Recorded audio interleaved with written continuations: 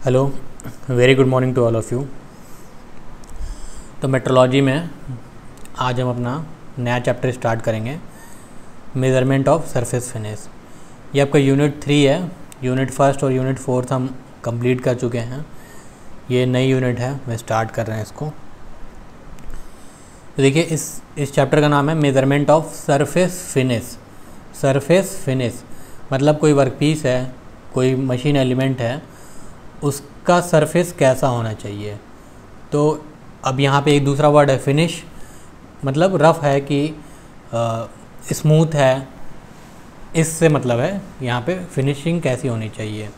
ठीक है, तो देखो कोई सा भी हमारा अगर मशीन एलिमेंट है, कोई सा भी वर्कपीस है या कोई भी टूल है, तो उसकी जैसी सरफेस होगी उसका डायरेक्ट इम्पैक्ट उसके परफॉर्मेंस पे होगा, उसकी कार्य क्षमता पे होगा, उसकी लाइफ पे होगा। ठीक है, टूल है तो टूल लाइफ होगा। अगर वर्कपीस है तो कैसे उस पर मशीनिंग करना है या जो सभी ऑपरेशन करना है, इस चीज़ को अफेक्ट करेगा। तो कोई सा भी हमारा जो मशीन एलिमेंट है उसका जो भी सरफेस है वो अगर रफ़ है या स्मूथ है तो उस पर होने वाले ऑपरेशन को वो डायरेक्ट इम्पैक्ट करेगा, और कितना टाइम लग रहा है इसको भी वो इम्पैक्ट करेगा। ठीक है, तो अब सरफेस फिनिश दो ही तरह का हो सकता है, एक तो स्मूथ होगा और एक रफ़ होगा।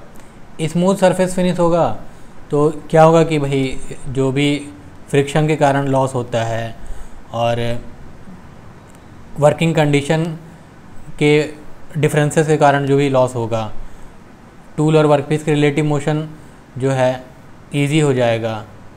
तो मतलब कई चीज़ों में सुविधा हो जाएगी हमको। अगर हमारा स्मूथ सरफेस फिनिश है तो हमारा जो एनर्जी का लॉस है मशीनिंग ऑपरेशन में या किसी भी अन्य ऑपरेशंस में, वो हमारा क्या हो जाएगा, एनर्जी का लॉस कम से कम हो जाएगा। तो वर्किंग क्या हो जाएगी, बहुत ज़्यादा प्रभावी हो जाएगी।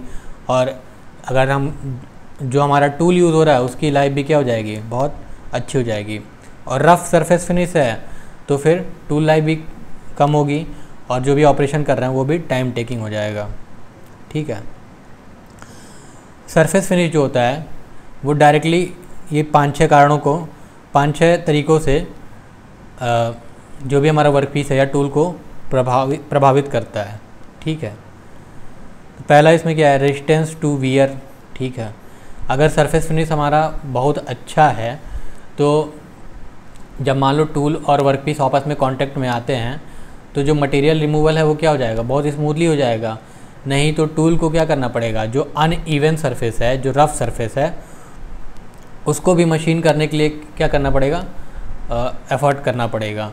तो पहला तो यही हो गया कि भाई सरफेस फिनिश क्या होता है, घिसाव प्रतिरोध को भी क्या करता है, अफेक्ट करता है। दूसरा, लुब्रिकेशन की भी ज़रूरत ज़्यादा पड़ेगी। अगर रफ़ सरफेस होगा तो स्मूथ होगा तो लुब्रिकेशन कम पड़ेगा।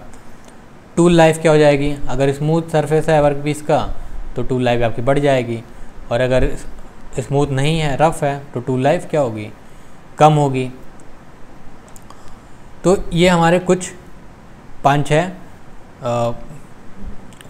पैरामीटर्स हैं या कह सकते हैं पॉइंट हैं जिन पे सरफेस फिनिश का क्या होता है, डायरेक्ट या इनडायरेक्ट इम्पैक्ट होता है। मतलब सरफेस फिनिश इन चीज़ों को बहुत ज़्यादा प्रभावित करता है। ठीक है, तो ये आप देख लीजिएगा। ठीक है, अब अगला हमारा है सरफेस टेक्सचर। टेक्सचर पे ध्यान दीजिएगा। एंड इरेगुलरिटीज़ सरफेस टेक्सचर मतलब सरफेस किस तरह का है। ठीक है, और इरेगुलरिटी उसमें होने वाली अनियमितताएं। टेक्सचर से इस तरह से आप समझ सकते हैं, जैसे आप मान लीजिए कपड़े खरीदने जाते हैं तो आप शर्ट लेते हो, तो आप अगर कॉटन की शर्ट लेते हो तो उसका फैब्रिक जब उसको टच करते हैं तो हल्का सा क्या होता है, वो खुरदुरे टाइप का होता है, उसका मतलब अलग सा सेंस आता है। और अगर सिल्क होता है या फिर कोई भी अदर सा कपड़ा होता है तो उसको टच करने पे अलग सा लगता है। तो आप पता चल जाता है कि भाई ये क्या चीज़ का शर्ट है। तो वैसे ही ये टेक्सचर मतलब जो सरफेस है वो कैसा मतलब हमको कैसा वो दिख रहा है या कैसा फील हो रहा है टच करने पे। ठीक है, मतलब उस पर कैसे हल्के फुल्के पैटर्न बने हुए हैं, इस टाइप की चीज़ें हैं। मतलब आप कपड़े से ही रिलेट करके चलो कि मान लो एक कॉटन का है और एक सिल्क का है, तो उसको कैसे आप डिफाइन कर रहा हूँ, तो टेक्सचर वो हो गया।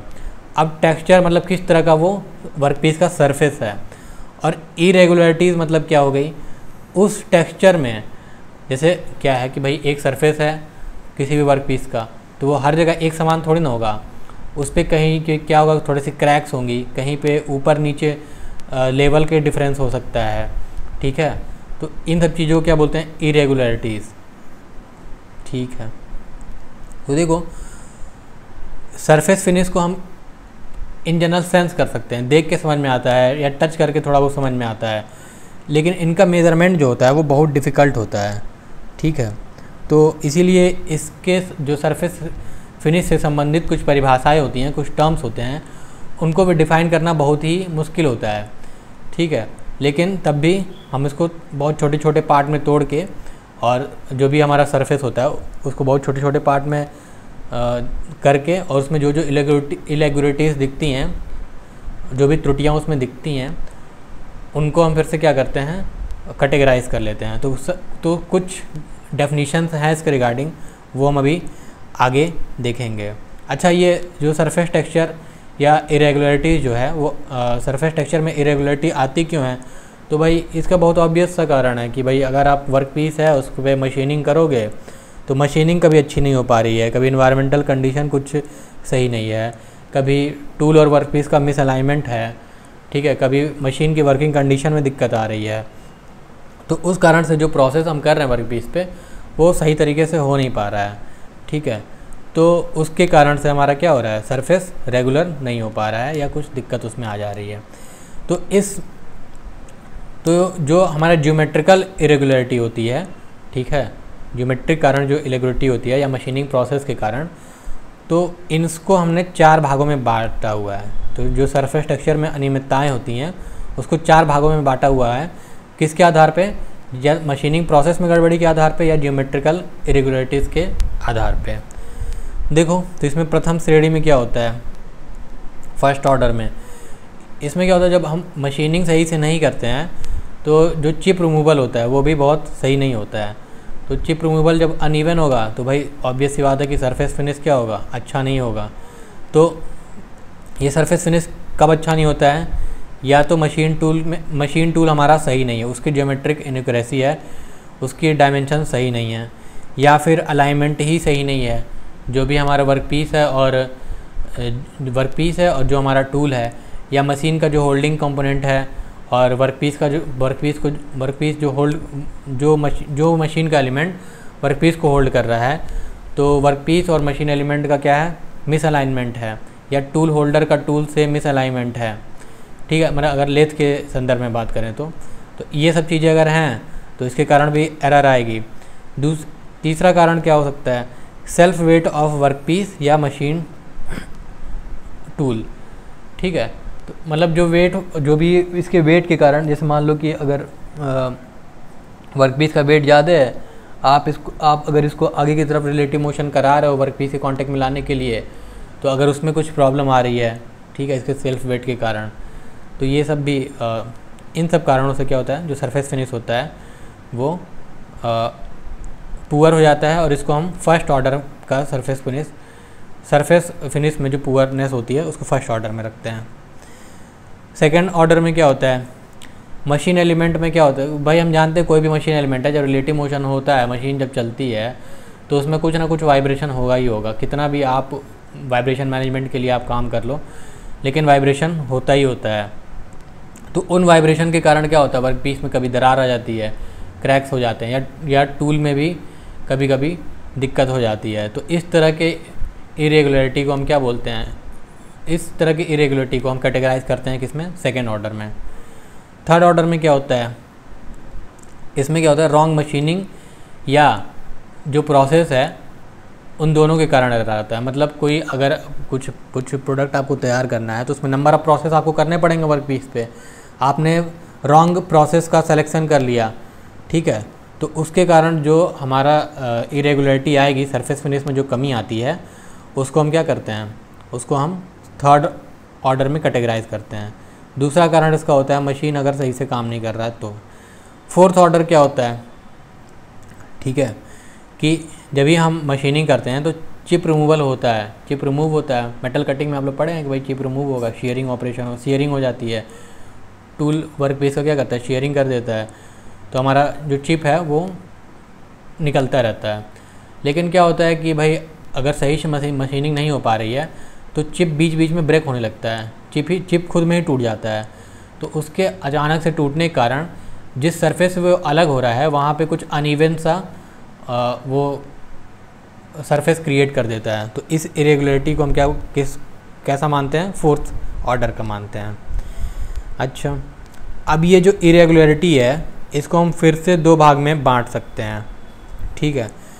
एक होता है प्राइमरी टेक्सचर और एक होता है सेकेंडरी टेक्सचर।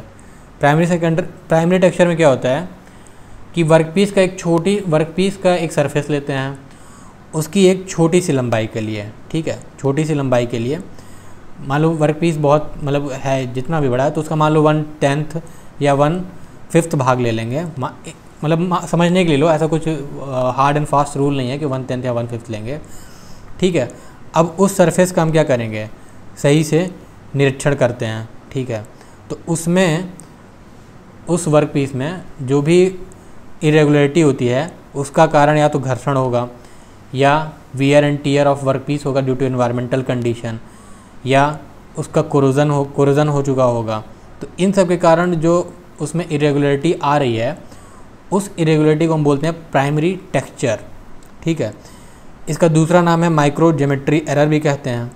अभी हम लोगों ने जो ऊपर तीसरे और चौथे कैटेगरी का इरेगुलरिटी पढ़ी है उसको वो प्राइमरी टेक्सचर में ही आती है, और इसका दूसरा नाम रफनेस होता है, ठीक है। मतलब जो हमारा वर्कपीस है वो कितना खुरदुरा है, कितना अनइवन शेप है उसका, ठीक है, उसमें जगह जगह क्रैक्स है, कटा फटा है। तो इस तरह की इरेगुलरिटी को हम क्या बोलते हैं, प्राइमरी टेक्सचर में काउंट करते हैं। सेकेंडरी टेक्सचर में क्या होता है, इसमें क्या होता है वर्कपीस का लगभग पूरा ही सरफेस हम कंसिडर कर लेते हैं।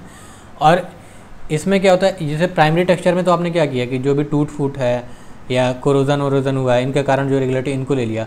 इसमें क्या होता है वर्कपीस का जो इरेगुलरिटी होती है वो पूरी की पूरी विजिबल होती है। विजिबल कैसे होती है कि मतलब जो ढलान और चढ़ाव के रूप में होती है, वेव के फॉर्म में होती है, ठीक है। जैसे ऐसा कुछ,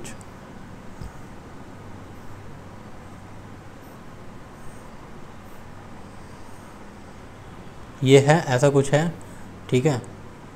एक सेकेंड,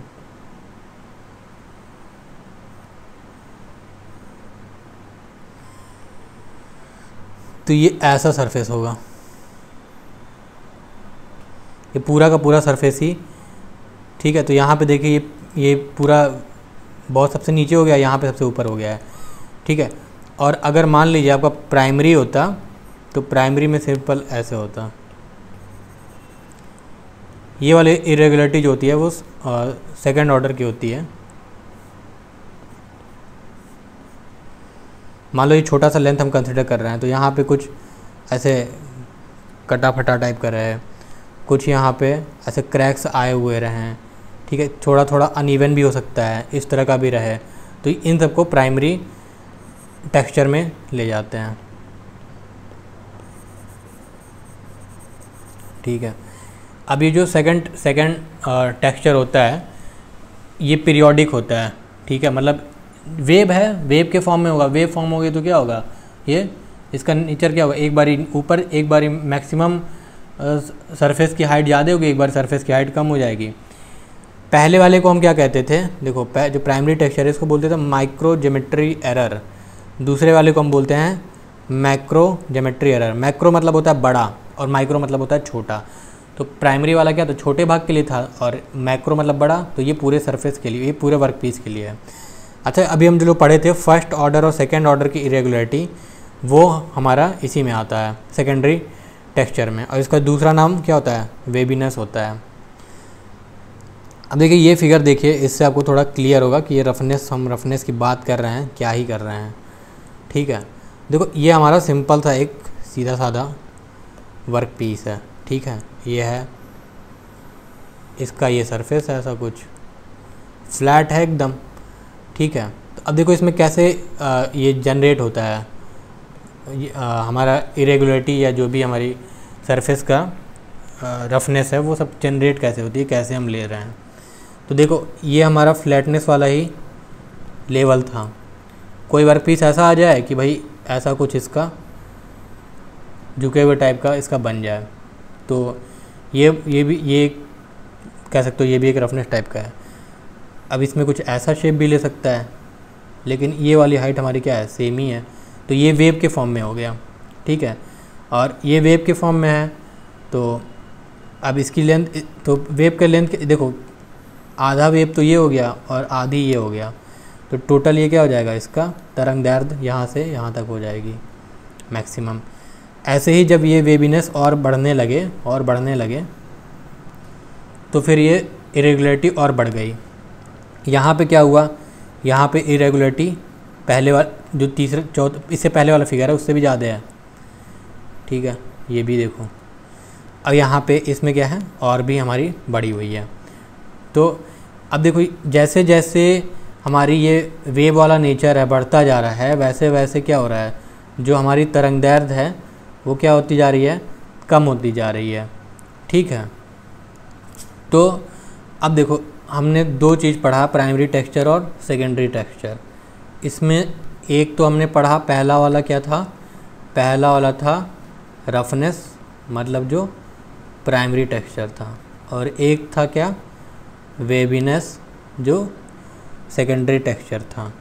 तो देखो इसको सिंपल, अभी ये हम बहुत ही इसमें डिफ़िकल्ट होता है कि भाई किस चीज़ को वेवीनेस बोलेंगे, किस चीज़ को रफनेस बोलेंगे, किस चीज़ कब हम ये बोलेंगे कि ये सरफेस स्मूथ है, कब बोलेंगे कि ये सरफेस क्या कहते हैं इस रफ़ है।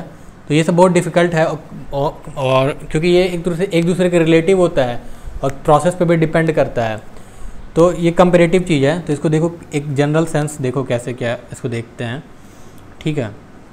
देखो वेवीनेस मतलब सिंपल वेव के फॉर्म में होना चाहिए। ये इसका वर्टिकल मैक्सिमम है कि भाई सरफेस अगर फ्लैट होता तो ऐसा होता, यहाँ तक इसका रहता। लेकिन अब देखो यहाँ पे चूँकि फ्लैट तो है नहीं, इतना गैप यहाँ पे बना हुआ है और इधर भी इतना ही गैप यहाँ बना हुआ है, ठीक है।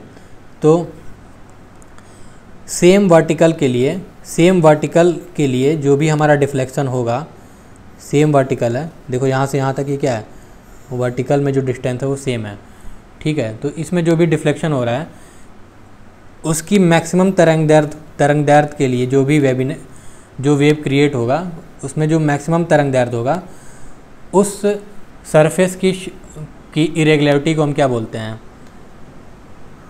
ये वेवीनेस हो जाएगी। अगर ये 4-5 सरफेस दी हुई हैं तो ये वाली जो इरेगुलरिटी है, ये वाली, इसको हम वेवीनेस कंसीडर कर लेंगे, क्योंकि इसमें क्या है, सेम वर्टिकल डिस्टेंस के लिए, सेम वर्टिकल उसके लिए जो हमारी तरंगदैर्ध्य है वो मैक्सिमम है 15 सेंटीमीटर।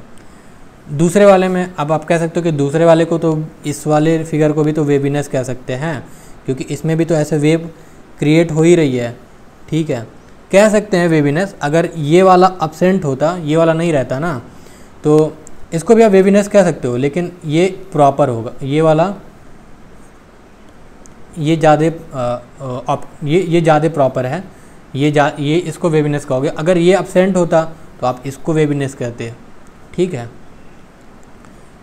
तो यहाँ पे भी देखो दूसरे वाले में भी क्या हो रहा है, ये वर्टिकल वाला तो सेम है, यहाँ से यहाँ तक, ये भी यहाँ तक चला जाएगा, ये भी यहाँ तक चला जाएगा, ठीक है। अब आप क्या करते हो, वेवलेंथ कैसे मेज़र करते हो, एक पीक से दूसरे पीक तक, यहाँ से एक पीक से दूसरे पीक तक, तो वही आपका ये जो लैम्डा की वैल्यू दी हुई है, यहाँ पे 5 सेंटीमीटर है, यहाँ पे 15 सेंटीमीटर है। ऐसे ही ये वाले के लिए तरंगदैर्ध्य कितनी है, 0.75, इसके लिए भी वही है, चलो ठीक है। तो अब देखो इसमें और इसमें मैक्सिमम सेम वर्टिकल डिफ्लेक्शन के लिए या सेम वर्टिकल जो भी है हमारे सेम वर्टिकल डिफरेंस के लिए जो हमारा लैम्डा होता है वो जहाँ मैक्सिमम होगा उसको हम वेवीनेस कंसीडर कर लेते हैं, और बाकी जितने सरफेस होते हैं, मतलब ये भी हमारा रफनेस है, ये भी रफनेस है और ये भी रफनेस है।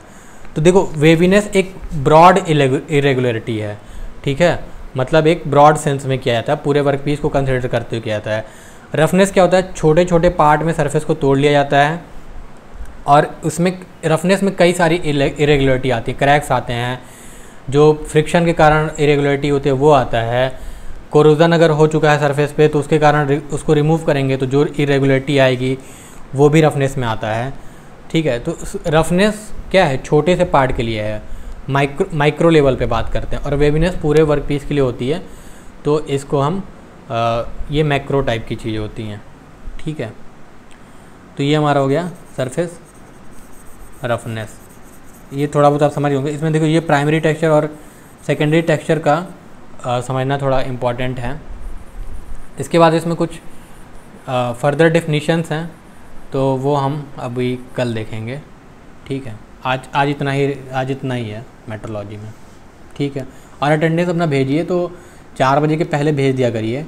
4 बजे के बाद, क्योंकि 4 बजे के बाद मैं सेंड कर देता हूँ, 4 बजे मैं सेंड कर देता हूँ आपके अटेंडेंस, तो उसके बाद भेजने में कोई मतलब नहीं है। 4 बजे ही आप सेंड करिए। 4 बजे तक आप कैसे भी करके सेंड कर दीजिए, व्हाट्सएप पे कर दीजिए या कमेंट में कर दीजिए, जैसे भी हो कोई दिक्कत नहीं है।